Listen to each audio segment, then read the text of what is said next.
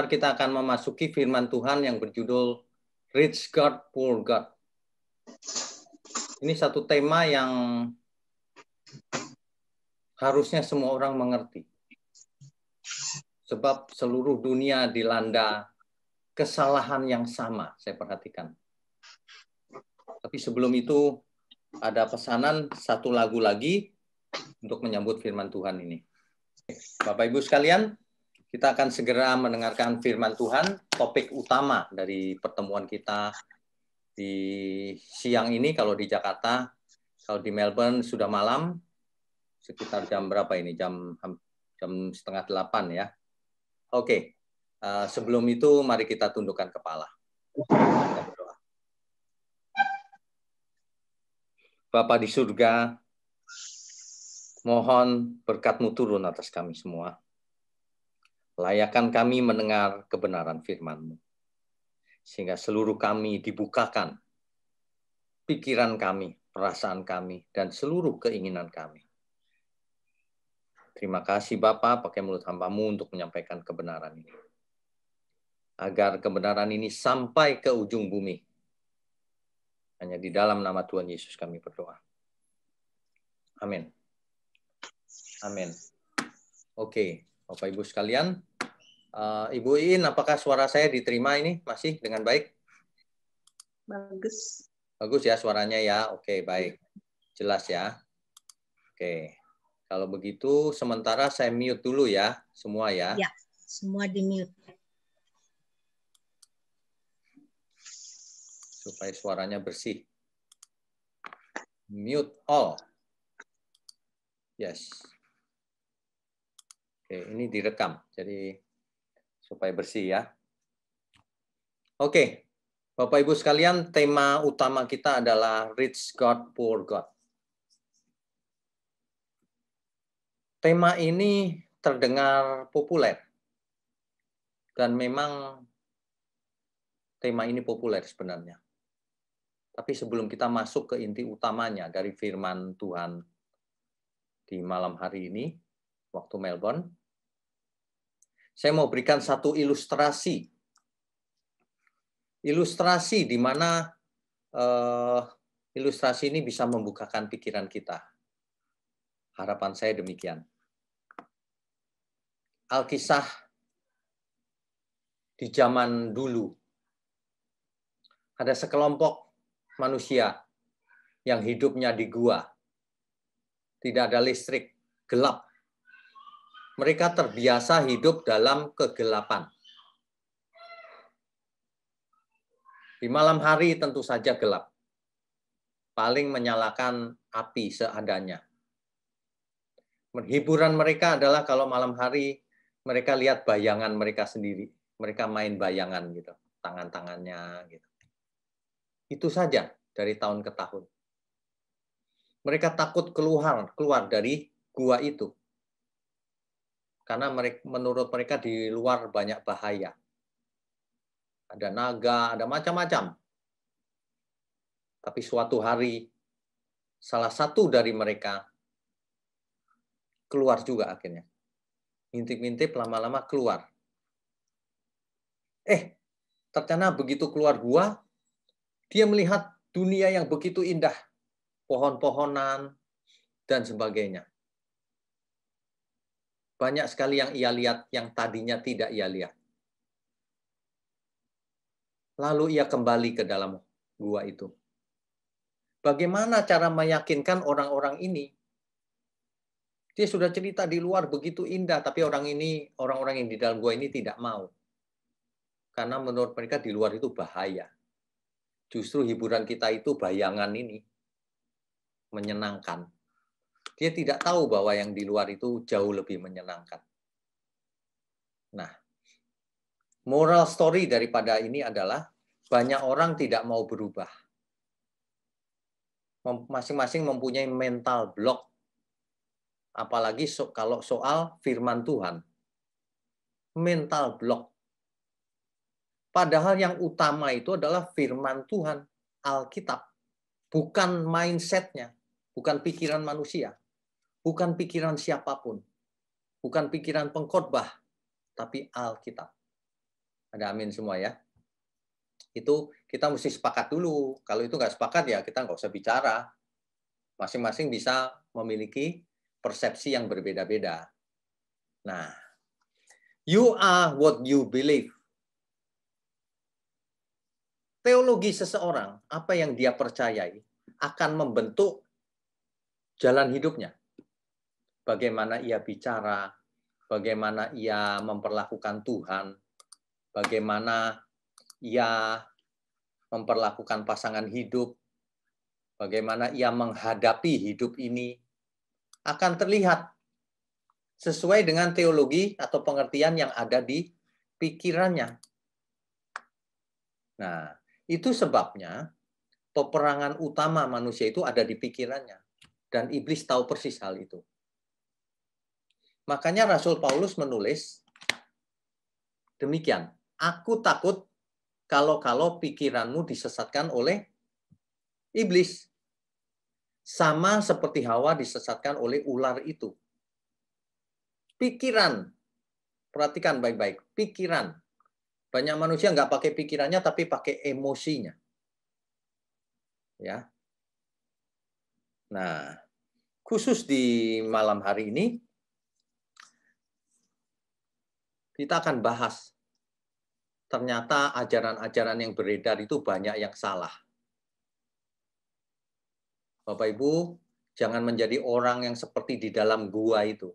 Kalau mendengar sesuatu, enggak apa. Referensi kita itu Alkitab. Coba periksa Alkitab. Dengan jujur tentunya. Selama ini tidak banyak orang periksa Alkitab. Ternyata buktinya. Saya bisa buktikan itu. Termasuk pengkhotbah-pengkhotbah. Ngomongnya itu asal ngomong. Ngawur. Tidak sesuai Alkitab. Ya, itu sebabnya lahir yang namanya teologi kemakmuran atau yang namanya prosperity theology atau yang namanya Injil sukses atau namanya teologi anak raja, apapun namanya. Intinya sederhana. Intinya teologi ini mengajarkan bahwa kalau orang ikut Tuhan Yesus pasti kaya raya di bumi. Kalau sakit pasti sembuh dalam nama Yesus. Kalau miskin, dalam nama Yesus pasti kaya. Kesulitan apapun bisa diatasi. Berdoa saja. Minum minyak urapan saja. Tumpangi tangan saja. Ini ciri-ciri teologi kemakmuran. Fokusnya itu menawarkan hidup mudah. Siapa sih yang tidak suka kalau dihibur?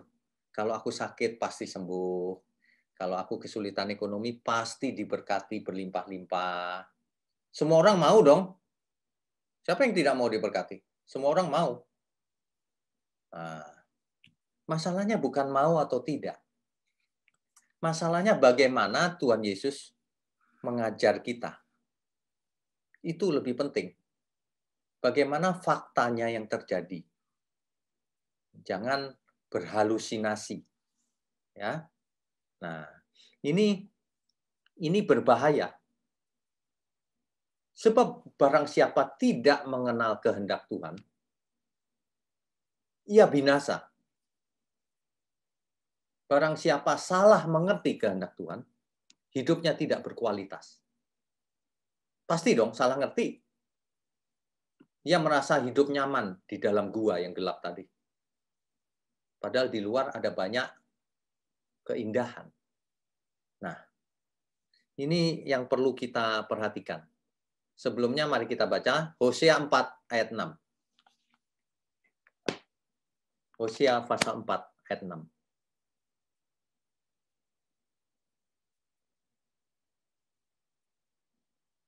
Ya. Saya bacakan ya. Bapak Ibu harus mulai belajar membaca Alkitab secara benar. Supaya menangkap intinya, konteksnya. Jangan pakai pikiran sendiri. Kita sedang membaca Alkitab, jadi harus tahu apa yang dimaksud oleh Alkitab itu. Apa yang dimaksud oleh firman Tuhan. Saya bacakan ya, Hosea 4 ayat 6. Umatku binasa. Yang dimaksud umatku di situ siapa ya? Tentu Israel. Zaman itu kan perjanjian lama kan. Umat pilihan itu umat yang dipilih oleh Tuhan. Dalam hal ini Israel. Umatku binasa. Ini yang bicara firman Tuhan loh. Umat Tuhan bisa binasa nggak? Bisa, itu buktinya. Nah, Bapak Ibu harus belajar Alkitab itu begitu. Umat Tuhan binasa, umatku binasa, artinya bisa binasa. Jangan bilang umat Tuhan nggak bisa binasa, Pak. Yang dipilih Tuhan pasti selamat. Nggak ada itu di Alkitab. Banyak para teolog pengkhotbah itu khotbahnya seperti itu. Salah. Alkitab padahal dengan jelas, eksplisit. Umatku binasa. Kenapa? Ada alasannya binasa itu. Karena tidak mengenal Allah. Loh, kok bisa umat pilihan tidak mengenal Allah? Umat yang dipilih Tuhan ternyata bisa tidak mengenal Allah. Ini Alkitab ngomong begini. Mengapa tidak mengenal Allah? Nah, ini dijelaskan lagi di Hosea 4 ayat 6. Karena engkaulah yang menolak pengenalan itu. Karena kamu yang nggak mau belajar. Makanya kamu nggak kenal siapa aku. Kenal, Pak, dalam nama Yesus. Iya, tapi kamu nggak kenal kemauanku apa, kehendakku apa. Nggak kenal apa yang kuinginkan dalam hidupmu. Kamu nggak tahu, karena kamu nggak mau belajar. Maka kamu binasa. Kenapa tidak mengenal? Karena engkaulah yang menolak pengenalan itu. Maka aku menolak engkau menjadi imamku, dan seterusnya. Tuhan tidak pernah menolak kita. Tapi kalau kita menolak dia, ditolaknya kita. Ini harus jelas nih. Alkitab berkata begitu. Tuhan itu tegas. Dia penuh kasih, tapi tegas, tidak murahan. Jadi jangan sampai kita seperti orang di dalam gua itu. Mengertinya, pokoknya begini yang aku tahu.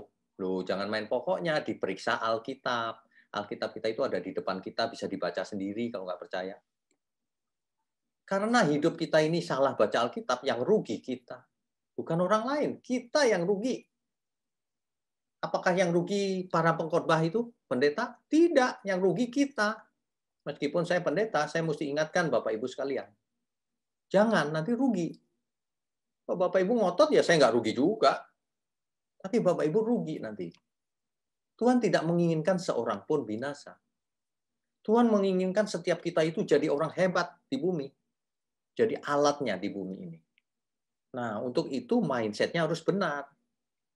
Spirit-nya harus benar. Rohnya harus benar. Jiwanya harus benar.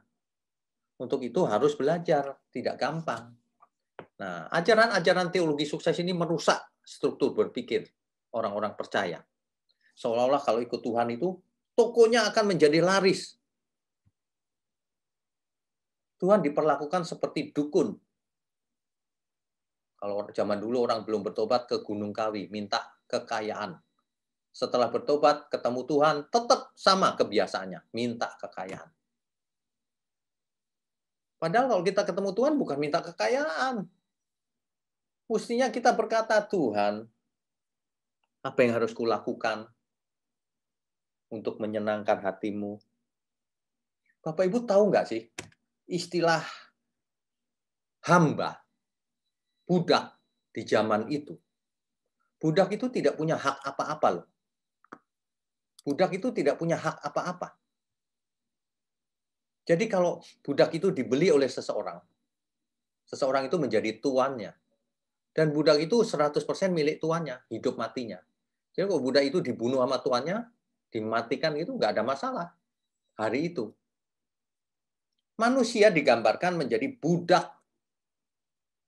Budak maut, budak dosa. Jadi mestinya kita binasa. Tapi kita dibeli oleh Tuhan Yesus lunas. Dengan darahnya yang mahal, bukan dengan barang fana. Amin ya. Artinya kepemilikan kita itu berpindah tempat. Tadinya milik dunia, sekarang milik yang nebus, Tuhan Yesus. Nah, kalau kita menjadi milik Tuhan, seorang hamba itu melakukan kehendak tuannya. Ada nggak Bapak Ibu yang mau punya karyawan atau pembantu di rumah? Pembantunya yang suruh-suruh Bapak Ibu? Enggak dong, terbalik. Betul nggak? Apalagi kalau kita seharusnya binasa, mati, ditebus. Wah, itu luar biasa itu.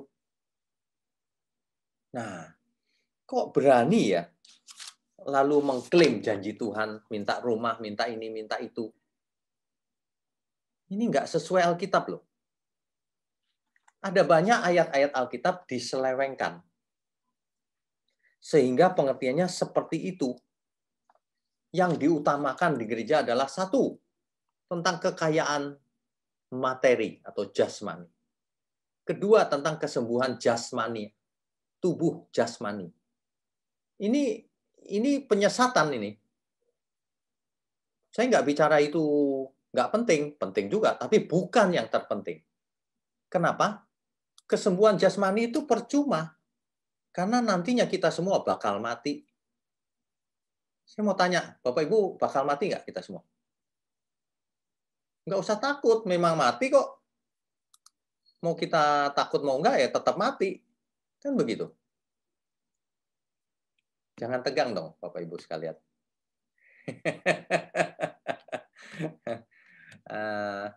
Orang benar itu tidak takut mati. Karena mati itu sesuatu yang pasti, ngapain ditakutin. Ya. Jadi, tapi jangan buru-buru mati kalau belum waktunya. Kita harus sehat, umur panjang, kuat, belajar kebenaran, jadi alat di tangan Tuhan. Ada amin? Begitu, hidup itu begitu. Jangan fokusnya itu yang enggak-enggak gitu. Salah fokusnya. Kalau orang ke gereja hanya ditawari, nanti kamu punya rumah, tokonya laris. Waduh. Mereka nggak ngerti nanti Tuhan maunya apa. Bayangkan, banyak orang memberi persepuluhan. Itu kan mestinya persembahan ya, persepuluhan itu ya. Namanya juga persembahan. Persembahan itu artinya kan kita memberi bagi Tuhan. Betul nggak? Lah semua orang diajarinya begini, kasih persepuluhan, nanti dibalas Tuhan. Wah, enak kan? Kasih 10%, nanti dibalasnya 100 kali. Mantep nggak? Siapa yang tidak mau? 100 kali lipat, mau bisnis apa yang bisa untungnya 100 kali lipat? Nggak ada. 60 kali, minimal 30 kali, bayangin. Bisnis apa yang bisa untung 30 kali? Nggak ada. Nggak ada. Saya mau kasih tahu, itu firmannya juga nggak ada di Alkitab. Itu karangan suatu manusia. Seorang manusia yang tidak takut dosa itu begitu, tidak takut Tuhan. Ngarang-ngarang. Firmannya ngarang-ngarang. Bahkan ada ayat di Alkitab sebenarnya. Tapi diplesetkan. Diplesetkan ngerti ya Bapak Ibu ya? Dirubah-rubah artinya. Itu contohnya. Berani merubah Alkitab.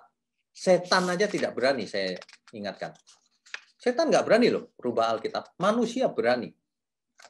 Kita tunggu saja nanti kalau menghadap Tuhan. Nggak peduli itu mau pendeta, mau tidak. Barang siapa mengubah-ubah firman, dia ditolak Tuhan. Itu artinya sabotase. Jadi akar masalahnya itu manusia tidak menghormati Tuhan. Tidak takut akan Tuhan. Sehingga baca Alkitab sembarangan. Sehingga ayat-ayat diplesetkan. Artinya diubah-ubah. Korbannya jemaat. Korbannya orang awam yang tidak baca Alkitab juga. Ya, kan ada lagunya itu. Gimana ya waktu itu ya? Yang Allah yang kaya menjadi miskin. Supaya kita yang miskin menjadi kaya. Enak bener. Nah, kalau itu begitu ya kita amin sajalah.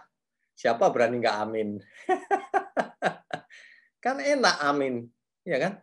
Tapi masalahnya bukan itu. Tuhan tidak bicara begitu. Tuhan bicara, kalau ia yang kaya menjadi miskin, maksudnya Allah yang begitu mulia mengosongkan diri jadi manusia, miskin, bukan miskin ekonominya. Supaya kita yang miskin menjadi kaya, bukan kaya ekonominya. Supaya karakter kita menjadi kaya, menjadi anak Allah yang maha tinggi, bukan anak manusia, anak dosa. anak dunia. Artinya begitu, bisa dipleset-plesetkan terus. Ya. Banyak oknum atau gereja yang sukses dalam hal ini, mengusung teologi sukses. Gedungnya besar-besar, mega church, tapi di akhir hayatnya selalu jatuh. Banyak contoh loh, saya nggak usah sebut deh. Jatuhnya itu cuma 2. Satu soal keuangan nggak jujur. Yang kedua soal seks. Jatuh tuh. Perhatikan baik-baik. Karena nggak pernah memberitakan Injil yang benar. Jadi gereja ibarat seperti motivator. Kalau datang ke gereja, angkat dompetmu. Kudoakan, nanti diisi Tuhan. Enak gitu hidup seolah-olah. Padahal nggak begitu. Coba, Bapak Ibu yang jujur ya. Saya mau tanya nih, di zaman pandemi begini, mana yang namanya kesembuhan ilahi?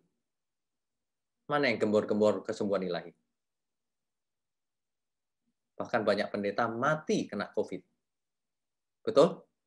Loh, faktanya begitu loh. Untuk apa kita menutupi diri? Tapi bukan berarti Tuhan tidak berkuasa loh. Bukan itu loh. Salah ini. Makanya teologi mereka itu salah. Jangan khawatir. Jangan khawatir apa? Kita harus khawatir. Khawatirnya bukan karena pandemi, bukan karena COVID.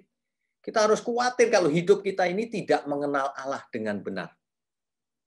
Kita harus khawatir kalau hidup kita ini tidak berasa masih hidup dalam dosa. Tapi nggak berasa. Itu bahaya itu artinya. Sakit tapi tidak tahu bahwa dirinya sakit. Tidak tahu bahwa dirinya tidak tahu. Wah, itu bahaya itu. Kita harus tahu bahwa ada banyak yang harus kupelajari dan aku harus berubah. Nah, itu baru sehat. Banyak orang merasa, enggak, aku sudah selamat. Aku klaim saja kalau butuh apa-apa, janji Tuhan. Memangnya Tuhan siapa bisa diklaim-klaim begitu?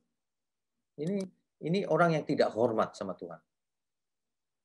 Kalau kita ketemu Sang Maharaja, bukan klaim-klaim begitu sikap hati yang benar.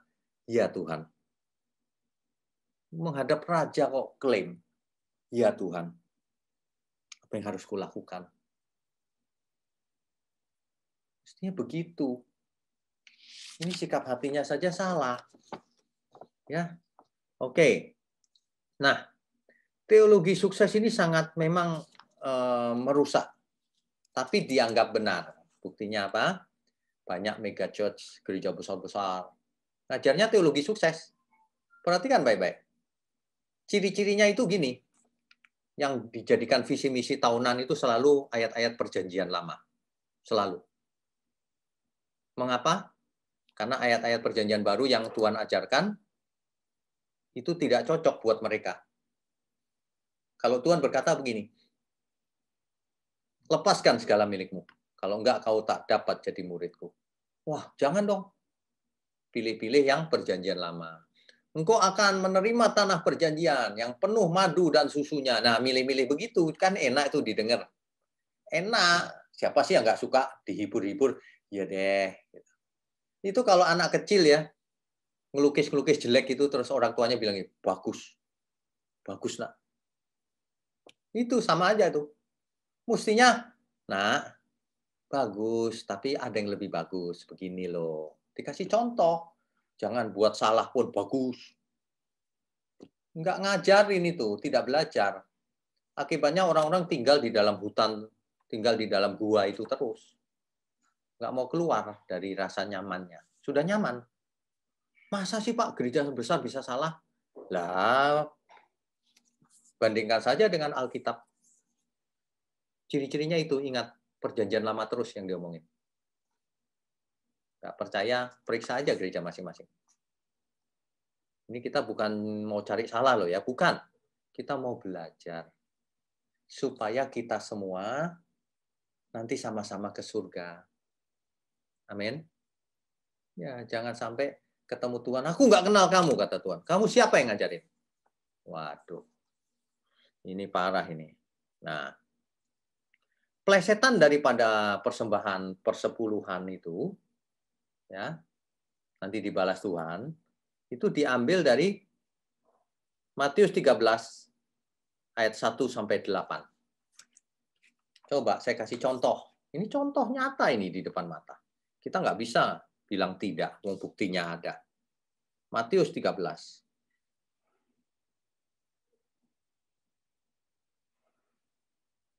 Ayat 1 sampai 8. Ya, saya bacakan ya, mulai dari ayat 3.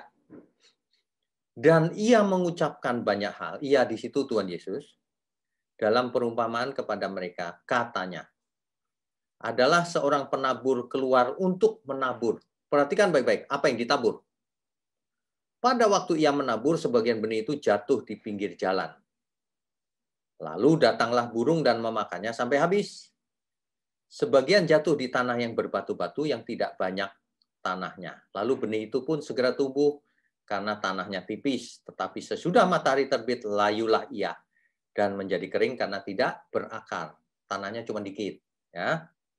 Sebagian lagi jatuh di tengah semak duri, lalu makin besarlah semak itu dan menghimpitnya sampai mati. Numbuh sih, tapi ada banyak semak, lalu mati. Nah, apa artinya perumpamaan ini? Jangan mikir pakai pikiran sendiri. Periksa Alkitab. Di situ dijelaskan artinya. Artinya ada di ayat berikutnya. Nah, itu namanya konteks dekat. Dicari konteksnya, ya.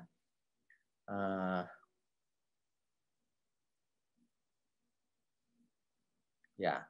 Nah, jadi kalau ayat 18, nanti dibaca urut saja ya. Tapi saya mau lompat ayat 18. Ini penjelasan dari yang tadi-tadi itu. Karena itu, dengarlah arti perumpamaan penabur itu. Perumpamaan tadi, yang kita baca tadi. Apa artinya? Nih, ayat 19. Kepada setiap orang yang mendengar firman tentang kerajaan surga, tetapi tidak mengerti, datanglah si jahat dan merampas yang ditaburkan dalam hati orang itu, itulah benih yang ditaburkan di pinggir jalan. Itu artinya. Nggak mengerti. Jadi percuma akhirnya. Ayat 20, benih yang ditaburkan di tanah yang berbatu-batu ialah orang yang mendengar firman itu dan segera menerimanya dengan gembira. Orang itu gembira terima. Ayat 21, tetapi ia tidak berakar dan tahan sebentar saja. Apabila datang penindasan atau penganiayaan karena firman itu, atau masalah dalam hidup ini, orang itu pun segera murtad. Yang ditaburkan di tengah semak duri ialah orang yang mendengar firman itu. Bapak Ibu, notice nggak sih kalau yang ditaburkan itu apa dari tadi? Apakah uang? Bukan. Apa yang ditabur? Firman. Baca aja lagi kalau nggak percaya. Yang ditabur dari tadi itu firman. Ya. Yang ditaburkan di tengah semak duri ialah orang yang mendengar firman itu, lalu kekhawatiran dunia ini dan tipu daya kekayaan menghimpit firman itu, sehingga tidak berubah. Tidak berbuah. Nah, baru ayat 23-nya nih. Perhatikan baik-baik ayat 23. Yang ditaburkan di tanah yang baik ialah orang yang mendengar firman itu dan mengerti. Jadi Bapak Ibu yang membaca Alkitab berulang kali, saya sudah sering Pak, 10 kali, percuma. Saya 100 kali Pak, percuma kalau tidak mengerti. Jelas ya? Itu sebabnya kalau Bapak Ibu baca firman hari ini, Alkitab, jangan buru-buru, mau kemana sih buru-buru? Udah buru-buru, nggak ngerti lagi. Baca itu perlahan, konteksnya ditangkap. Nanti firman itu akan hidup. Oh, rupanya Tuhan Yesus berkata itu. Nah, perhatikan ayat 23, saya bacakan. Yang ditaburkan di tanah yang baik ialah orang yang mendengar firman itu dan mengerti. Dan karena itu ia berbuah, ada yang 100 kali lipat, ada yang 60 kali lipat, ada yang 30 kali lipat. Jadi yang ditabur uang apa bukan? Bukan. Di gereja diajarkan kasih perpuluhan. Nanti dibalas Tuhan 100 kali, 60 kali, 30 kali. Firman Tuhan kok dirubah-rubah? Setan aja nggak merubah firman Tuhan. Ini manusia berani merubah-rubah. Ini kebangetan loh. Main plesetan. Nggak takut sama Tuhan. ngarang-ngarang gitu. Ya, jangan pernah kita lakukan itu. Sebab kita semua mau menyenangkan Tuhan, bukan menyenangkan diri sendiri. Ada amin nggak ini? Amin ya. Kalau cuma mau menyenangkan diri sendiri, ya dengerin aja motivator sama mereka itu. Nggak usah ikut. Rich God, poor God. Ini memang sulit memang. Saya tahu sih kalau bicara begini, nanti orang sakit hati. Nanti ada yang bicara, khotbah kok menyerang. Gitu-gitu tuh. Padahal saya lagi masuk ke dalam gua, mau menyadarkan banyak orang di gua itu supaya orang keluar. Salah, bukan begitu. Gitu loh. Yang rugi itu kita sendiri nanti kalau salah. Jadi yang ditabur itu bukan uang, tapi firman. Dan kalau firman itu dimengerti, berbuah-buah. Apanya? Duitnya? Bukan. Hidup orang itu berbuah-buah. Artinya, orang itu akan mengalami perubahan mindset, perubahan karakter. Dia akan memiliki pikiran dan perasaan Kristus. Iman timbul dari pendengaran. Pendengaran akan firman Tuhan. Firman Tuhan yang benar tentunya. Kalau firman Tuhan yang dipelesetkan masuk, bukan iman yang timbul. Iman palsu. Pengertian palsu. Injil yang lain. Di Alkitab dikatakan tuh, ada Injil yang lain. Yaitu Injil yang lain itu. Dari dulu sampai sekarang selalu ada Injil yang lain. Kenapa sih ya kok tidak Alkitab diceritakan apa adanya gitu? Ada motif lain, ada modus. Modusnya itu pasti ini, gak ada yang lain. Pengumpulan dana. Pasti. Ini setan masuk dalam gereja ini sebenarnya. Perhatikan di Taman Eden, setan ada nggak di sana? Ada. Hari ini setan melingkar di gereja itu jangan-jangan. Kalau ia menguasai mimbar, maka suara yang keluar bukan suara Tuhan, tapi suara iblis. Persis kejadian di Eden diulang lagi. Nanti orang yang mendengar percaya sama dia. Hati-hati ya. Saya cuma mengingatkan saja. Bapak Ibu percaya, puji Tuhan, tidak percaya rugi sendiri. Periksa aja Alkitab. Saya nggak ngomong sembarangan. Ayatnya ada semuanya. Ya. Yohanes 10 ayat 10. Ini ayat-ayat yang dipakai oleh teologi sukses. Semuanya salah mereka mengartikannya. Yohanes 10 ayat 10. Pencuri datang hanya untuk mencuri dan membunuh dan membinasakan. Aku datang, aku di situ Tuhan Yesus, supaya mereka mempunyai hidup dan mempunyainya dalam segala kelimpahan. Langsung semua bilang, amin, yes. Kan gitu kan? Siapa sih yang tidak mau hidup berkelimpahan? Semua juga mau. Tapi masalahnya Alkitab tidak bicara itu. Ini kan kita harus jujur ya. Hidup berkelimpahan di situ itu teks aslinya perison. Akar katanya perisos. Artinya ada dua kemungkinan. Yang pertama very high in numbers. Maksudnya jumlah yang kita miliki very high in numbers. Benar-benar kaya raya secara jasmani materi. Yang kemungkinan kedua very high in quality. Yang satu very high in quantity. Yang satu in quality. Kira-kira yang dimaksud Tuhan Yesus yang mana? Aku datang supaya hidupmu. Pilih, kaya raya atau kaya di dalam Tuhan yang berkualitas tinggi. Kalau mau tahu jawabannya, bacalah apa yang diajarkan Tuhan Yesus di ayat-ayat yang lain. Tuhan Yesus sering berkata, ada orang mau ikut, kamu sudah hitung anggarannya, belum ikut aku. Anak manusia tidak punya tempat meletakkan kepalanya. Kamu sudah siap belum? Nah, tidak menjanjikan kekayaan. Dan terbukti, para rasul ada yang kaya? Gak ada. Semua mati bahkan. Bapak-bapak gereja ada yang kaya? Gak ada. Gak ada. Kalau zaman sekarang kaya-kaya. Waduh. Tuhan bukan nanti kekayaan.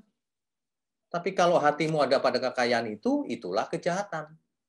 Akar segala kejahatan adalah cinta akan uang. Bukan uangnya loh. Kalau uang itu netral. Cinta akan uang. Kalau seseorang udah cinta akan uang, udah mati dah. Nggak bisa dibentuk. Matre udah nggak bisa dibentuk. Pasti pelit, pasti egois, pasti mementingkan diri sendiri. Nggak boleh matre. Makin kita kaya, makin kita jadi berkat. Begitu. Itu baru hebat anak Tuhan. Ya kan? Tuhan nggak bicara kamu harus miskin ekonominya, hidup susah, makan susah. Enggak juga begitu. Ini tidak bicara soal kaya atau miskin. Bukan itu intinya. Intinya kita terikat nggak dengan dunia ini. Itu. Dengan kekayaan terikat nggak? Atau kekayaan itu menjadi alat untuk bersahabat dengan Tuhan. Itu maksudnya. Jadi jangan ngajar yang enggak-enggak.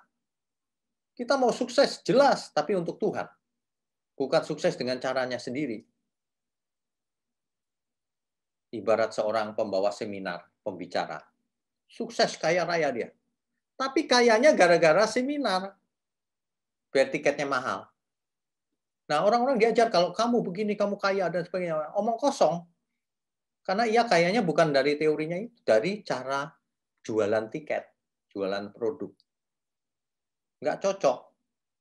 Nah, kebenaran tidak sama. Bukan motivator. Kebenaran itu proyeknya ada pada diri kita. Tuhan memberikan Roh Kudus dalam diri kita supaya kita berubah. Supaya kita yang dulunya itu ulet, menjijikkan, menjadi kupu-kupu yang indah. Terjadi transformasi.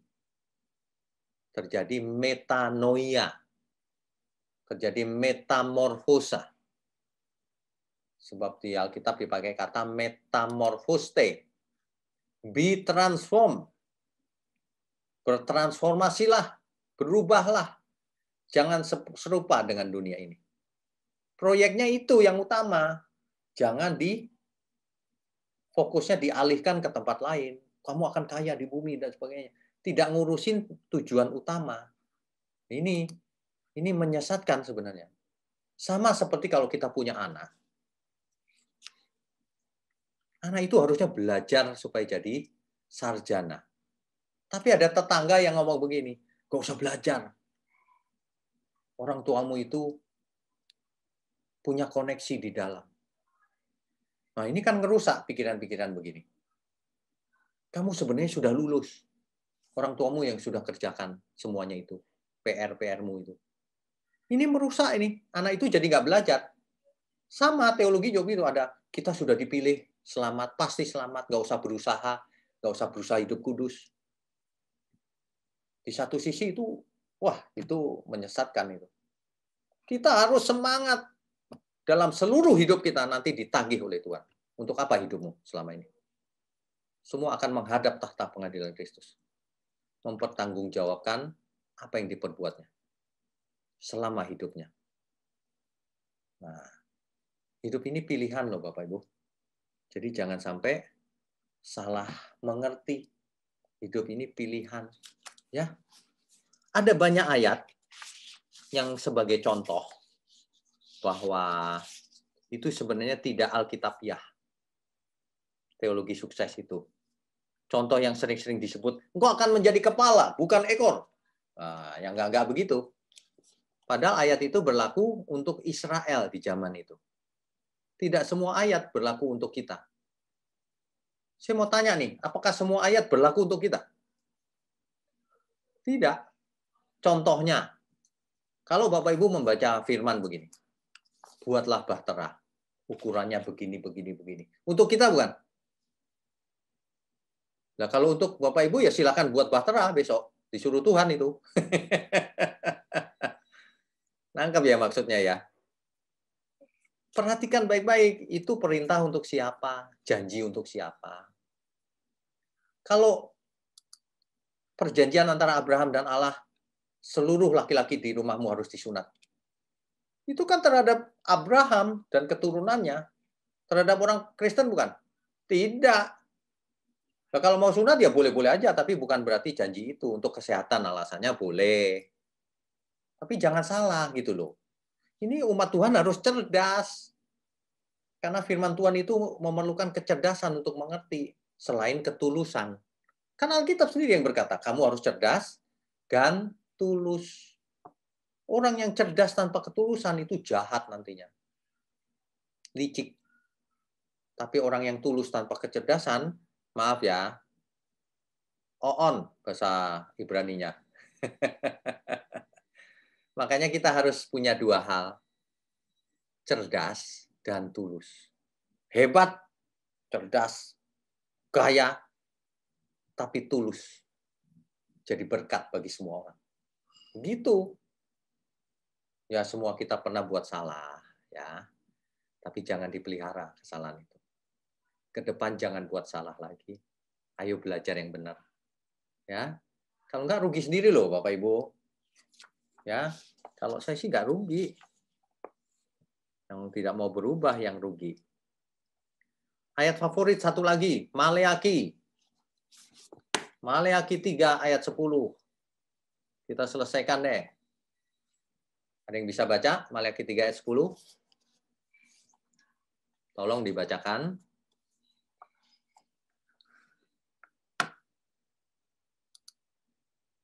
Ya, silakan. Siapa yang sudah siap membaca?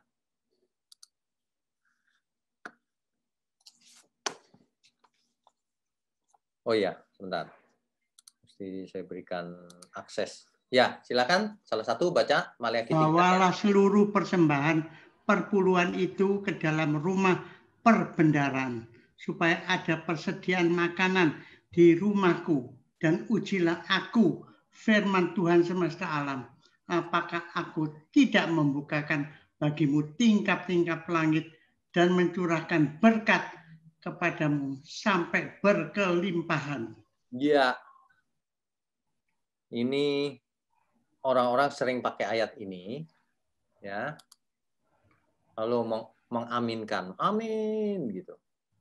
Maksudnya apa ya? Maksudnya kita kasih perpuluhan lalu tingkap langit dibuka gitu. Atau apa maksudnya? Nah, Bapak Ibu ya, hati-hati mengaminkan satu ayat. Kalau kita mengaminkan ayat ini artinya, ini kan ditulis oleh Nabi Maleaki. Ditujukan ke siapa? Ke bangsa Israel, bukan ke orang Melbourne. Bukan ke orang Jakarta. Ke bangsa Israel, itu pun bukan bangsa Israel yang sekarang. Bangsa Israel di zaman itu. Ya. Kalau Bapak Ibu mengaminkan ini, artinya Bapak Ibu sedang mendudukkan diri, memposisikan diri sebagai bangsa Israel di zaman itu. Ngerti maksud saya ya? Iya dong. Ayat itu diambil ya artinya kita menjadi sama seperti dia. Yang menggelikan adalah orang tidak tahu atau tidak baca ayat sebelumnya. Bahwa ini adalah ditulis Nabi Maleaki dalam rangka Allah marah. Karena bangsa Israel menipu Tuhan. Maka Tuhan mengutuk bangsa itu. Lah kok berani mendudukkan diri sebagai bangsa Israel yang sedang dikutuk Tuhan dengan memakai ayat itu? Waduh.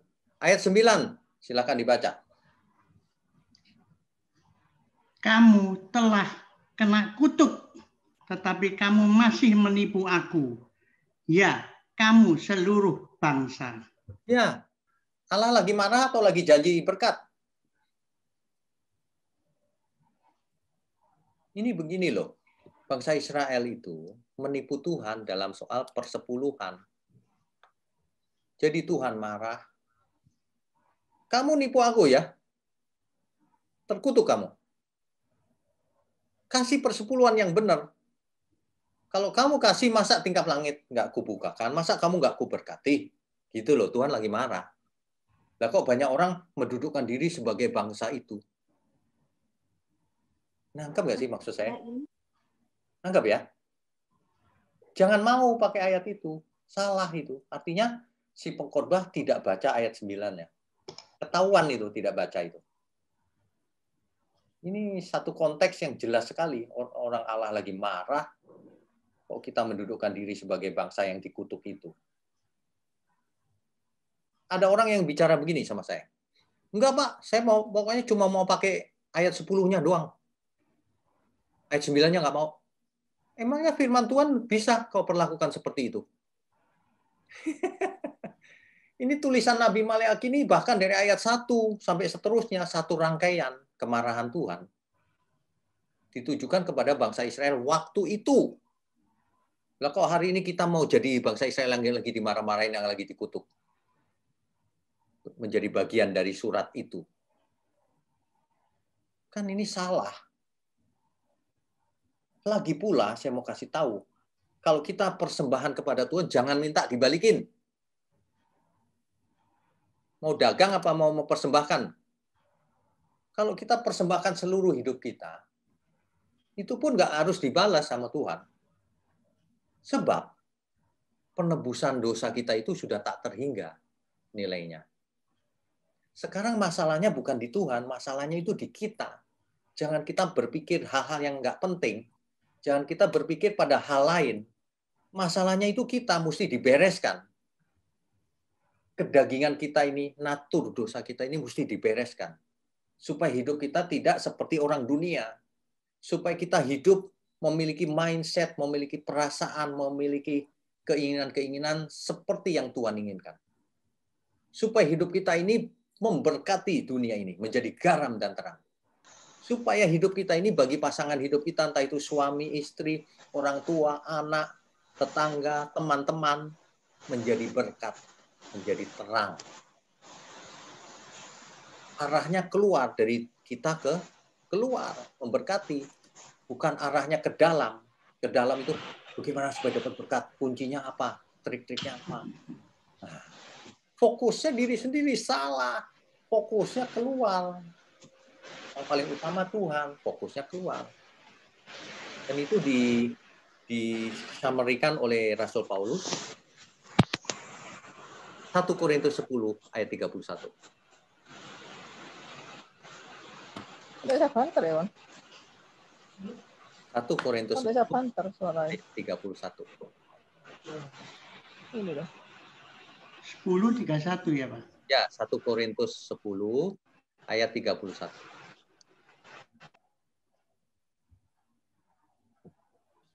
Dibacakan ya, Pak? Ya, silakan dibaca. Aku menjawab, jika engkau makan atau jika engkau minum atau jika engkau melakukan sesuatu yang lain, lakukanlah semuanya itu untuk kemuliaan Allah. Ya. Jadi kalau kita makan atau minum atau bicara atau apapun yang kita lakukan untuk kemuliaan Tuhan. Itu ciri-ciri ibadah yang sebenarnya. Itu pedoman hidup yang benar. Lupakan itu gaya-gaya kasih perpuluhan nanti dibalas Tuhan. Nggak ada. Saya mau ingatkan justru kita berhutang sama Tuhan. Kalau kita ditebus oleh Tuhan, maka siapa yang berkuasa atas hidup kita? Ya tentu Tuhan sang pemilik. Kita itu ditebus, jadi kita berhutang sama sang penebus. Coba dibaca baik-baik ini.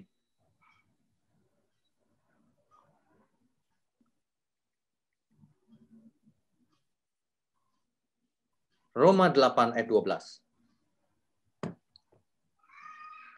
Roma pasal 8 ayat 12. Jadi saudara-saudara, kita adalah orang berhutang, tetapi bukan kepada daging, supaya hidup menurut daging. Sebab jika kamu hidup menurut daging, kamu akan mati. Tetapi jika oleh roh, kamu mematikan perbuatan-perbuatan tubuhmu, dan kamu akan hidup. Ya, jadi kita itu berhutang sama Tuhan. Berhutang apa kira-kira? Berhutang uang? Bukan. Kita berhutang supaya jangan hidup menurut daging lagi loh ya. Jangan buat dosa lagi ya. Gitu loh maksudnya. Tuhan mau kita bukan bayar uang, bukan. Tuhan mau kita bayar dengan cara hidup, jangan buat dosa lagi. Kuduslah kamu sebab aku kudus. Kalau kamu dibeli, nanti pulang ke rumah ya, ke rumahku. Kira-kira gitu dalam bahasa sederhana. Tapi kamu mesti bersih. Aku nggak mau gitu. Kamu itu jorok. Tuhan kan kudus, maha kudus. Kamu harus kudus. Kuduslah kamu sebab aku kudus. Gitu loh. Jadi kita seumur hidup kita, di sisa umur hidup kita ini, kita harus belajar hidup kudus. Jangan fokus pada berkat, kekayaan, kesembuhan tubuh, dan sebagainya. Jaga kesehatan. Jaga kesehatan aja nggak bisa, minta kesembuhan lagi. Bukan jaga kesehatan yang diajarkan. Kesembuhan. Telat. Lebih baik menjaga daripada mengobati. Masa kalah sama orang dunia? Kan begitu. Sebenarnya Tuhan sudah berikan contoh-contoh metodenya supaya hidup sehat. Banyak orang makan sembarangan, tapi minta kesembuhan. Nggak sembuh juga akhirnya. Hati-hati. Baik kita makan, minum, apapun, lakukan untuk Tuhan. Kan begitu. Jadi Tuhan suka. Ibadah sejati, penyembah-penyembah yang benar. Itu bukan dengan mulut, tapi dengan perbuatan. Dalam roh dan kebenaran. Itu perbuatan nyata. Itu maksudnya. Nah, jadi jangan terpengaruh oleh teologi-teologi ini. Bapak Ibu kalau dengar di gereja ya seolah-olah hidup ini gampang gitu dalam nama Yesus. Hati-hati. Pasti salah itu. Karena hidup ini penuh perjuangan. Alkitab mencatat hidup ini kita ikut perlombaan yang diwajibkan. Kita bertanding. Hidup ini harus berjuang, bertanding. Memangnya gampang hidup kudus? Gak pernah salah, tak bercacat, tak bercela. Salah, susah. Kan begitu, harus berjuang menyenangkan Tuhan. Kan begitu ya. Jadi jangan terpengaruh oleh teologi-teologi sukses itu. Itu di mana-mana itu teologinya sukses. Tiap minggu khotbahnya itu terus perpuluhan, buah sulung, apalagi kesembuhan. Nggak ada pembangunan karakter ilahi, nggak ada itu. Hidup kudus nggak ada. Disebut sih, tapi nggak diajarin. Karena fokusnya yang lain, Injil yang lain itu. Hati-hati. Memang gereja butuh dana, tapi jangan ajaran diselewengkan. Nggak boleh. Rusak nanti. Hasilnya seluruh jemaat jadi meleset pengertiannya. Tidak tepat. Yang utama malah nggak dibahas. Yang sekunder malah dibahas. Ini nggak, wah ini rusak ini. Justru yang utama dibahas, yang sekunder boleh dibahas, boleh tidak. Yang utama dulu. Apa sih hukum yang terutama? Apa sih tujuan kita hidup? Yohanes 1 ayat 12. Yang menerimanya diberi kuasa supaya menjadi anak-anak Allah. Anak-anak Allah itu bukan supaya menjadi orang Kristen, bukan. Kristennya, Kristen KTP buat apa? KTP-nya tok yang Kristen. Tapi hidupnya tidak seperti Kristus. Kan begitu. Amin ya. Bapak Ibu, jangan seperti orang yang hidup di gua itu ya. Ini kan mau mengajak Bapak Ibu keluar dari cara pikir yang lama. Selama ini sudah diajarin yang salah, sudah terlalu lama. Ya. Allah yang maha kaya itu tidak mungkin memanjakan kita. Justru Alkitab memberitahukan bahwa ia menghajar atau mendidik orang-orang yang dianggapnya sebagai anak. Di kitab Ibrani. Kalau kita dianggap anak, kita dihajar. Dalam Roma 8 ayat 28, Allah turut bekerja dalam segala hal untuk mendatangkan kebaikan. Tapi tidak bagi semua orang loh itu. Bagi orang yang mengasihi Dia. Kalau orang mengasihi Tuhan, apapun kejadiannya dalam hidup kita mendatangkan kebaikan. Kebaikan itu bukan kaya sembuh, bukan.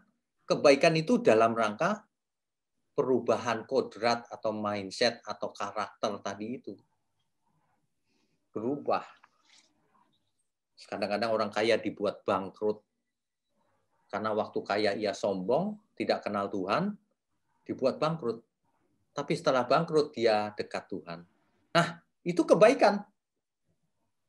Coba dipikir baik-baik, itu kebaikan nggak? Kalau orang kaya yang tadinya ke neraka tapi bangkrut, kenal Tuhan, jadi masuk surga.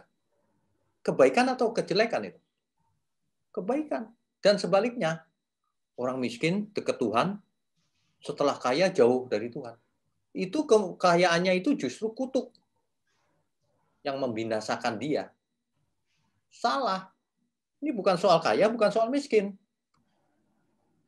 Ini soal bagaimana kita hidup, untuk siapa kita hidup. Diarahkan kemana kita hidup. Kalau tujuannya salah, nggak sampai ke Tuhan. Kan begitu. Ya. Justru Tuhan itu mendidik, menghajar kita semua. Bukan memanjakan. Supaya kita menjadi anak-anak Allah. Bukan cuma statusnya, tapi keberadaannya. Jadi belajar itu bukan cuma to know, mengetahui, bukan. To do. Melakukan apa yang diketahui. Tapi tidak berhenti sampai di situ, terus. Sehingga akhirnya menjadi to be. Keberadaan kita berubah. Bukan melakukan sesuatu karena ada ancaman hukum. Tapi memang aku sudah berubah. Nah, perubahan itulah yang dikehendaki oleh Tuhan. Jadi kalau hal ini tidak diajarkan, fokusnya pada kekayaan, kesembuhan, dan sebagainya, maka tidak akan terjadi. Banyak ayat-ayat diplesetkan. Ini mengerikan. Bapak Ibu sekalian, firman Tuhan ditransmisikan dari surga sampai ke zaman kita, sampai nanti. Kalau kita menangkapnya salah, maka pesan yang dari surga itu nggak nyampe ke sini. Nggak nyampe ke sini. Kalau pesan dari surga itu nggak sampai ke sini, manusia itu binasa. Bahkan Tuhan sendiri menjadi manusia, supaya pesan itu sampai ke kita semua dengan benar. Tuhan Yesus berkata begini, dulu banyak orang ingin mendengar yang kau dengar, ingin melihat yang kau lihat, tapi mereka tidak bisa. Karena hari itu Tuhan Yesus belum datang. Sekarang kita hidup, Alkitab sudah lengkap, tidak ada alasan lagi. Tuhan berkata, seperti Bapa mengutus aku mengutus kamu. Kita semua diutus untuk menjadi saksi Kristus. Jadi jangan jadi sandungan, jangan mementingkan diri sendiri. Ayo kita berubah. Amin ya. Amin. Amin. Oke, Bapak Ibu. Saya tidak tahu Bapak Ibu tegang atau bagaimana. Oke, sebentar kita buka ini ya suaranya ya. Sudah deh, bisa masing-masing bisa unmute kalau mau bicara. Nah, bagaimana Bu In? Kita buka tanya jawab ya. Terima kasih banyak Pak Wigno untuk firman-Nya, luar biasa. Semua ibu-ibu diberkati sekali. Sampaikan tangan yang sudah diberkati oleh firman-Nya Pak Wigno. Saya boleh lihat tangan-tangannya. Wow, luar biasa. Terima kasih Tuhan. Silahkan yang mau bertanya, tolong jangan lupa di-unmute. Silahkan mau tanya bertanya. Boleh ya? Ya, silahkan. Boleh. Pak Wigno, tadi kan saya tanya, menurut Alkitab, siapakah antikris itu? Apakah seorang pribadi atau sistem pemerintahan iblis untuk menyesatkan umat pilihan Allah? Dan apa hubungannya kesusahan besar yang dilakukan oleh antikris tersebut? Oke, baik. Sebenarnya ini tidak bisa dijawab secara terbuka, tapi akan saya berikan ciri-cirinya. Antikris itu sesuai dengan istilahnya, antikris. Anti terhadap Kristus. Nah, siapa saja yang anti terhadap Kristus, kita lihat saja sekeliling kita. Kita lihat saja dunia. Siapa yang anti terhadap Tuhan Yesus? Yesus bukan Tuhan. Nah, udah itu dia orangnya. Jadi antikris itu siapa? Ada tokohnya, ada gerakannya, ada organisasinya, dan sebagainya. Itu antikris namanya. Cukup ya, Pak? Jelas? Tapi apa hubungannya dengan tribulasi atau kesusahan besar? Oke. Soal kesusahan besar, nah ini dia. Banyak orang mengartikan tuh begini. Nanti akan datang antikris. Loh, kok nanti? Wong sudah ada. Ini cara baca Alkitabnya salah ini. Antikris di depan mata kita kok kita tidak tahu siapa. Udah jelas orang-orang berkata, Yesus bukan Tuhan. Oh, udah jelas itu. Antikris itu. Jadi kesusahan besar juga sudah terjadi, Pak. Tribulasi itu sudah terjadi. Ketika di zaman mula-mula, itu orang Kristen dikejar-kejar, Pak, disate. Ditusuk, dikasih makan ke singa, dibakar, diseret pakai kuda sepanjang kota sehingga habis dagingnya. Kesusahan besar, semua diburu, dibunuh. Itu jadi termasuk COVID ini kesusahan besar ya, Pak? Bagaimana? COVID ini termasuk kesusahan besar juga ya? Tidak. COVID ini bukan kesusahan besar yang dimaksud Alkitab. Kesusahan besar yang dimaksud Alkitab itu sudah lewat. Nah, tapi yang paling berbahaya yang ke depan itu adalah materialisme. Jadi kalau antikris jelas, ya anti Yesus ya kita nggak mau deket-deket dia lah. Nggak bahaya bagi kita karena kita tahu itu. Tapi materialisme, banyak manusia merasa aman. Aku kaya, enak. Padahal yang diberi banyak dituntut banyak. Iya dong, fair dong. Yang diberi banyak dituntut banyak. Kamu dapat banyak, kamu kemampuannya banyak, kamu penguasa. Oh, kamu dituntut lebih berkarya untuk Tuhan. Orang yang nggak bisa apa-apa ya dituntut sedikit sesuai kemampuannya. Nah, jadi tribulasi sudah lewat, antikris pun sudah lewat, sudah ada, masih ada, dan terus masih ada. Tapi yang lebih berbahaya materialisme, matre. Karena matre itu menyerang tidak lihat agama, tidak lihat siapa saja. Kalau gitu contoh yang Bapak ceritakan panjang lebar tadi adalah gereja yang menurut 7 jemaat gereja ini Laodikia ya Pak? Atau Efesus Pak? Aduh, ini gereja zaman dulu itu masing-masing ada cirinya. Saya nggak bisa sebut yang mana, tetapi intinya hari ini itu ada teologi sukses itu gereja-gereja yang menekankan cirinya sederhana, Pak. Besar-besaran investasinya.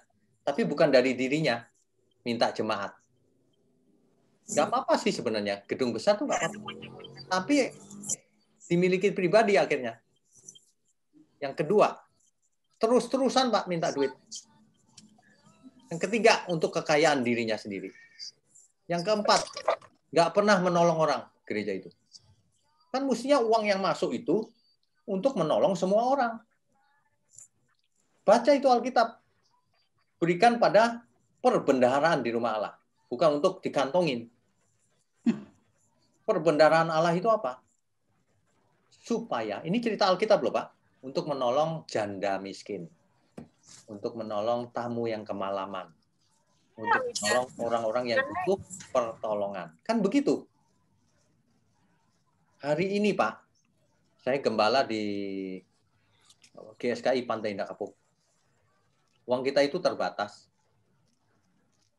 Tapi kita membantu setiap orang sekitar 25 untuk diakonia, untuk anaknya sekolah, dan orang-orang lain yang kita nggak kenal, siapa saja yang tidak bisa makan, kita kasih makan. Meskipun kita sendiri terbatas. GSKI sama Rehoboth itu sama ya Pak ya? Sama. Dulu namanya Sama, Rehoboth. Nah, sekarang kita masuk ke sinode sendiri namanya GSKI. Suara Kebenaran ya Pak ya? Gereja Suara Kebenaran Injil. Iya. Oke Pak, mungkin yang lain yang bertanya Pak. Ya. Terima kasih ya Pak ya. Tuhan berkati. Ya, ada lagi yang lain, silakan. Yang mau bertanya. Tanya, Pak.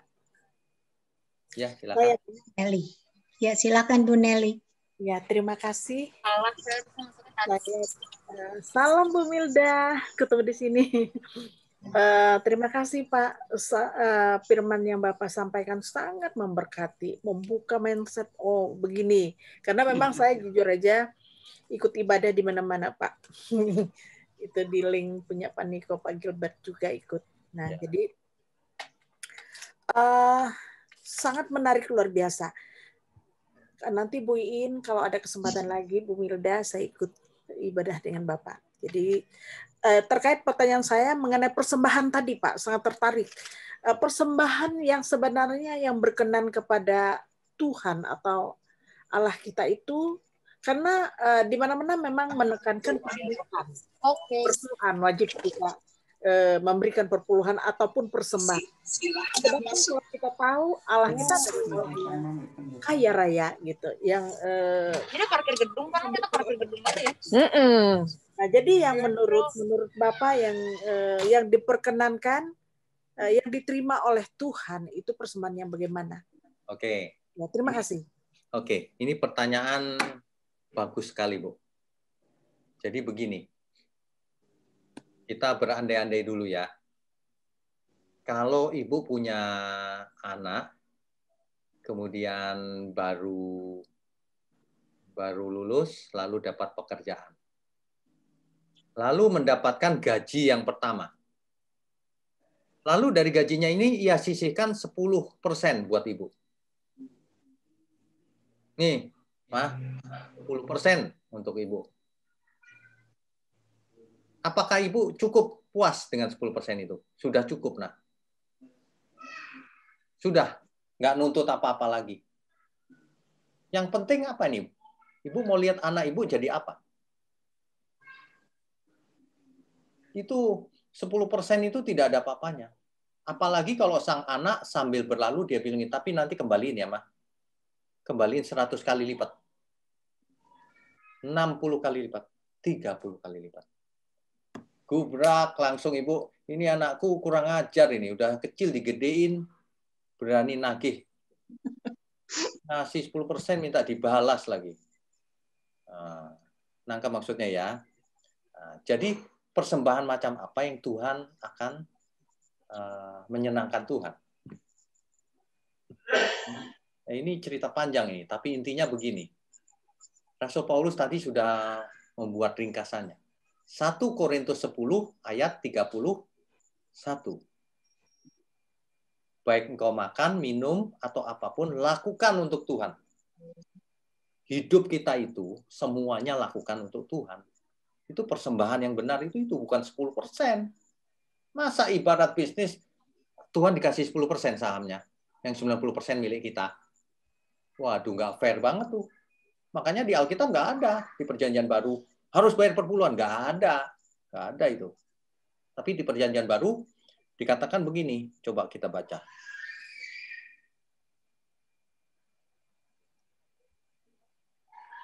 Roma 12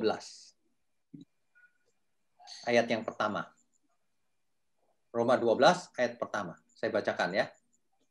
Karena itu saudara-saudara, demi kemurahan Allah aku menasihatkan kamu supaya kamu mempersembahkan tubuhmu sebagai persembahan yang hidup, yang kudus, dan yang berkenan kepada Allah. Saya ulangi pelan-pelan ya. Kamu mempersembahkan tubuhmu, mempersembahkan seluruh hidup kita, bukan uang, sebagai persembahan yang hidup. Hidupnya bagaimana? Yang kudus dan yang berkenan kepada Allah. Yang menyenangkan Dia maksudnya. Hidup itu. Persembahkan seluruh tubuhmu itu. Hidupmu itu. Nah, itu adalah ibadahmu yang sejati. Di dalam teks Alkitab disebutkan begini. Itu adalah ibadahmu yang logikos. Pakai bahasa Yunani, logikos.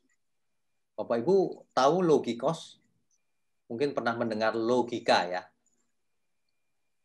Itulah ibadahmu yang logik, yang masuk akal. itulah ibadahmu yang diterima oleh Tuhan. Maksudnya begitu. Itulah ibadah yang logikos, yang sejati, yang benar. Persembahan yang benar itu seluruh hidup kita bagi Tuhan. Memangnya boleh sebagian hidup kita milik kita, lalu boleh buat salah? Nggak bisa seluruhnya. Persembahkan tubuhmu, hidupmu. Yang bagaimana? Yang kudus. Yang bagaimana? Yang berkenan, yang menyenangkan Tuhan. Pleasing God. Kan gitu. Jelas ya? Orang yang mengerti kebenaran seperti ini, ia akan mengalami pencerahan luar biasa, sehingga hidupnya menjadi merdeka. Tidak terikat oleh apapun. Oke, begitu. Ibu siapa tadi yang tanya ya? Ibu Nelly ya? Terima kasih. Ibu Nelly. Oh, Ibu Sangat Nelly. luar biasa. Tuhan berkati. Amin. Ya. Mau tanya Pak Witno, Ya. terima kasih atas khotbahnya ini hari sangat membuka mata saya dan hati saya. Saya mau menanyakan dua hal. Karena saya tinggal di Melbourne, suami saya orang bule, saya mau mencoba lagi untuk membaca Alkitab. Masalahnya kan saya sebagai orang Indonesia, saya pasti baca Alkitab Indonesia. Sedangkan dia bahasanya Inggris, ya toh? Ya. Nah, masalahnya ada beberapa saya lihat Alkitab kita di dalam bahasa Indonesia berbeda banget sama yang Alkitabnya bahasa Inggris. Oke. Nah, satu. Kedua, dan di sini kita tahu ada perjanjian lama dan perjanjian baru. Ya. Nah, baru saya memulainya karena suami saya kita sering berdiskusi. Suami saya bilang kita bacanya dengan perjanjian baru dulu, dia bilang gitu karena Tuhan Yesus sudah datang menebus kita menjadi manusia baru. Kita harus mengasah diri kita, seperti Bapak bilang, menguduskan diri berkenan kepada Tuhan. Terima kasih Pak. Oke. Bacanya yang mana dulu? Kemudian yang pertama terjemahan yang mana ya? Iya. Oke. Sebenarnya begini, Alkitab kita diterjemahkan ke dalam berbagai bahasa. Tentu saja dalam penerjemahan itu sering terjadi loss in translation. Selalu. Karena penerjemahan itu tidak mungkin menangkap dengan sempurna. Tapi minimal sangat mendekati arti aslinya. Nah, makanya terjadi loss in translation. Nah, kalau kadang-kadang bahasa Inggris berbeda dengan bahasa Indonesia, tidak masalah, pasti itu sedikit sekali yang berbeda. Jumlah ayatnya sedikit sekali. Dan itu memang kemungkinannya banyak. Itu sebabnya saya menyarankan untuk kita semua kalau baca Alkitab jangan satu terjemahan. Terjemahan bahasa Indonesia oke, bahasa Inggrisnya juga, NIV, King James, atau NAV, dan sebagainya. Silakan. Nah, seandainya tidak punya banyak terjemahan, nggak apa-apa satu terjemahan, tapi dibaca yang panjang, sehingga menangkap konteksnya. Jangan satu ayat nanti pikirannya kemana-mana lagi. Apalagi sudah biasa diajar dari dulu oleh pengkhotbah matre. Bahaya itu. Ya. Jelas ya maksudnya ya. Jadi baca saja terjemahan mana saja, banding-bandingkan. Beda dikit nggak apa-apa, asal konteksnya dapat. Oke, yang kedua pertanyaannya. Membaca dari PL dulu atau PB dulu? Oke. Ini memang masalah sih. Kalau orang waktunya sudah pendek, PB dulu. Intinya. Tapi kalau orang baru Kristen, kena PB, intinya berat-berat juga tuh pengajaran Tuhan Yesus. Nah, makanya saya membuat satu di YouTube, saya ada di channelnya, dan setiap Rabu malam waktu Indonesia itu ada online Bible study. Nah, itu sekarang sudah sesi 26. Nah, saya sarankan Ibu Ani ya. Ya. Ibu Ani dan suami mungkin Ibu Ani bisa mendengar dari sesi 1. Saya mulai dengan Kejadian 1 ayat 1. Nah, tapi cara bacanya beda. Kalau baca urut tok gitu, waduh, berat, bisa lama nggak ngerti. Nah, saya bahas satu-satu tapi lalu dijelaskan arti perjanjian barunya, ke sana kemari, sehingga tidak membosankan. sehingga menangkap inti-intinya dengan benar. Gitu. Ya, nanti dilihat di channel saya YouTube itu ada online Bible Study, di situ ada dari sesi 1 sampai sesi 26. Setiap Rabu malam seminggu sekali. Pakai Zoom juga sih. Gitu. Terima kasih, Pak. Ya, okay. Pak, saya mau tanya mengenai 1 Petrus 1 ayat 15 ya, Pak. Saya bacakan, tetapi hendaklah kamu menjadi kudus di dalam seluruh hidupmu, sama seperti Dia yang kudus yang telah memanggil kamu. Bukankah kita ini selama hidup ini masih ada di dunia ya, Pak, yang balak-balik mau kudus tapi gagal terus ya, Pak. Nah, bagaimana kalau kita ini sudah berusaha mau hidup kudus tapi balak-balik gagal, Pak? Apakah kita masih tetap dapat hidup kekal, Pak? Pertanyaan saya itu, Pak. Ini pertanyaan bagus juga ini. Pasti banyak menjadi pertanyaan orang lain juga ini. Jadi sebenarnya perintah Tuhan itu jelas, kuduslah kamu sebab aku kudus. Dalam Matius 5 ayat 48, di situ dikatakan, hendaklah kamu sempurna. Seperti Bapakmu di surga sempurna. Itu perintah Tuhan. Bisa, Pak. Itu perintah Tuhan Yesus loh. Matius 5 ayat 48. Ya. Tahu, Pak. Apa bisa kita sempurna? Tidak usah berpikir begitu. Perintah Tuhan. Amin, Tuhan. Nah, tapi kita berusaha semaksimal mungkin. Apa yang dimaksud kudus, apa yang dimaksud sempurna. Ya kita satu-satu kita urai. Misalnya, dalam hal bicara. Bisa nggak kita tidak bicara yang negatif atau jorok? Bisa. Kenapa tidak? Masih ngomong tidak bisa? Bisa. Bisa nggak kita tidak memaki orang? Oh bisa. Bisa, ya itu bisa. Bisa. Bisa nggak keluar dari mulut kita ini berkat, bukan kutuk? Bisa, Pak? Itu bisa buktinya. Sebenarnya nggak ada yang nggak bisa. Tapi harus diurai satu-satu dan dilakukan satu persatu. Tentu saja tidak semua hal langsung bisa semua. Yang penting saya sangat berusaha ya, Pak. Ya, berusaha semaksimal mungkin. Kan gitu. Jadi kalau ada orang yang berkata, bisa nggak kita melakukan Taurat? Bisa, kenapa tidak? Memangnya kita berzina? Memangnya kita membunuh? Kalaupun dulu pernah berzina, pernah membunuh, kan yang dipersoalkan Tuhan ke depan, bukan ke yang lalu. Tuhan tidak dendam begitu. Semua orang pernah buat salah, bukan? Tapi tidak diingat oleh Tuhan. Meskipun dosamu merah seperti kimisi. Akan menjadi... Tapi tetap yang dijanjikan hidup kekal itu tetap berlaku ya, Pak ya? Berlaku. Cuma nilai setiap orang berbeda, Pak. Kekudusan setiap orang kan berbeda tuh. Nah, mahkota yang diberikan juga beda-beda besarnya. Bagaimana kalau kita tidak dapat mahkota sama sekali, Pak? Tetap masuk surga, Pak? Masuk surga, Pak. Jadi ada orang-orang yang menjadi masyarakat di surga. Bukan pemerintahan. Sebab nanti pengadilan tahta Kristus itu kan hanya untuk orang yang percaya, toh, Pak? Ya, betul. Jadi hanya untuk yang lulus dapat mahkota, yang tidak lulus tidak dapat mahkota, ya Pak. Itu sebenarnya penentuan rankingnya, Pak, penentuan jabatan di surga. Nah, jadi yang diberi banyak dituntut banyak. Nah, itu dia. Kalau orang bisa dipercaya dalam hal kecil, ya ditambah-tambahkan tugasnya, talentanya. Yang tidak bisa dipercaya malah diambil talentanya nanti. Begitu. Iya, terima kasih, Pak. Jelas ya, oke. Ya. Oke. Ini jam berapa ini? Masih ada waktu? Masih ada waktu, Pak. Silakan. Silakan Ibu-ibu kalau masih ada yang mau bertanya. Ya, Ibu Rati mau bertanya. Silakan Bu Rati. Boleh, silakan Bu Rati.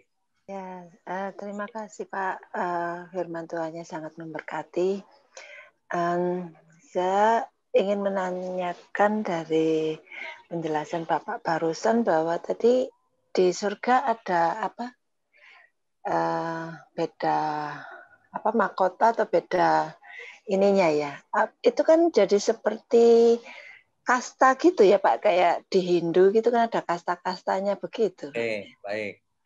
Jadi Ibu barusan siapa yang tanya ya? Ibu siapa ya? Ibu Rati. Ibu Rati. Oke. Ibu Rati, bentuk surga itu apa, Bu? Republik atau kerajaan? kerajaan. Nah, di Alkitab ditulis itu Basileia, itu kerajaan. Nah, kalau kerajaan tentu ada rajanya, bukan? Siapa rajanya? Yesus. Tuhan Yesus. Tentu ada panglima-panglimanya, jenderalnya, dan sebagainya. Tentu ada rankingnya, Bu. Pemerintahan. Makanya Tuhan Yesus ditanya pada waktu di bumi itu, nanti siapa yang duduk di sebelah kiri kananmu? Nah, Tuhan berkata itu nanti itu Bapakku di surga yang menentukan. Memang ada tatanannya di sana, memang ada. Saya soalnya terus terang yang saya pegang sih ya firman Tuhan Yesus yang mengatakan aku akan pergi lebih dahulu ke rumah Bapakku dan di sana ada banyak tempat. Ya. Jadi saya memahaminya itu ya pokoknya kita ke rumah Bapa yang di surga begitu aja. Saya nggak mikir ada urutan kasta atau tahta dan selain sebagainya. Pribadi saya sih nggak memikirkan saya mau duduk sebelah kanan, kiri, belakang atau di mana pun saya nggak mikir begitu. Pokoknya, waduh saya udah bisa masuk surga aja sudah bersyukur begitu Pak. Karena Tuhan Yesus sudah menyediakan tempat dan nanti dijemput lagi. Aduh itu sudah enak ya Bu ya. Iya gitu loh. Mantep itu udah. Nggak usah mikir yang mau tahta lah, mau ini. Nggak usah jadi menteri ya Bu. Nggak usah jadi menteri ya Bu. Kan kalau ada begitu kan ya ujung-ujungnya apa nggak nanti kayak yang di dunia yang orang saling gesek untuk mendapatkan jabatan yang tinggi atau semacam itu. Ya kalau orang saling gesek untuk itu ya nggak masuk surga Bu. Ini kan kerajaan surga ya. Jadi kalau kita baca Alkitab tidak boleh hanya 1-2 ayat. Harus seluruh Alkitab supaya dapat the big picture-nya, gambar besarnya yang lengkap dan utuh. Nah, kalau utuhnya begitu. Ya. Oke. Ibu Rati, Tuhan berkati. Ya, makasih. Ada yang lain mungkin? Silakan. Apakah masih ada yang mau bertanya ibu-ibu? Silakan. Masih ada 10 menit. Sebagian besar ibu-ibu ya? Ya, ada bapak-bapak juga. Sedikit tapi. Ya. Jadi kelihatannya kerajaan surga lebih banyak ibu-ibu nanti. Amin. Habis bapak-bapak sedikit yang ikut. Kan ibu-ibu lebih aktif, Pak. Ya, betul. Ayo, silakan yang mau bertanya, satu pertanyaan lagi deh. Satu lagi. Silakan. Silakan. Siapa? Ibu Wilma? Oh, Ibu Ima. Apa ada ibu yang lain tadi ya bentrok dengan saya? Jangan Ibu Wilma dulu. Ibu Wilma dulu. Okay. Ibu Wilma dulu. Ya, makasih. Sederhana aja Pak, karena tadi banyak disinggung bahwa ayat ini untuk siapa gitu kan? Ya. Kita harus tahu, harus memahami itu. Nah, yang saya mau tanyakan, mungkin pertanyaannya sederhana Pak. Apa bedanya dengan bangsa Israel dengan bangsa di dunia sekarang ya? Maksudnya kayak kita di Indonesia atau bahkan orang Israelnya sekarang sendiri gitu. Apa bedanya maksudnya dengan yang zaman dulu itu? Terima kasih Pak. Oke. Jadi sebenarnya Israel yang sekarang itu adalah keturunan dari Israel yang dulu, sama. Ya. Turun-turun. Nah, sedangkan kita bukan bangsa Israel, bangsa yang berbeda. Asalnya dari mana? Dari peristiwa Menara Babel. Jadi kalau Ibu ikutin online Bible Study yang saya adakan itu ada satu judulnya Menara Babel. Di sana saya ceritakan bagaimana terjadinya bangsa-bangsa di dunia dan bahasa di dunia. Di situ saya ceritakan bangsa China dengan tulisan-tulisannya itu ada bukti bahwa itu asalnya dari Menara Babel. Oke. Itu sangat menarik. Jadi nanti kalau ada saya mau ikutan Pak. Ya, setiap Rabu malam. Nanti hubungi saya ya. Oke. Iya, makasih. Iya Pak. Terus di channel YouTube ada Bu, di channel YouTube saya. Bisa dilihat. Oke. Baik. Sejak channel 1 sampai yang terakhir 26. Nanti terus tuh. Minggu depan terus seri terus. Jadi kalau mau belajar Alkitab dengan urut tapi nggak urut begitu tapi selalu konteksnya sesuai Alkitab, ikut saja online Bible Study juga. Kalau nggak sempat ikut Zoom-nya, lihat aja di channel YouTube. Ya. Baik, Pak. Makasih. Oke, Tuhan berkati. Selanjutnya Ibu Ima. Silakan Ibu Ima. Ya, saya ingin bertanya, Pak. Ya. Kalau itu mengapa harus ada penyesatan gitu?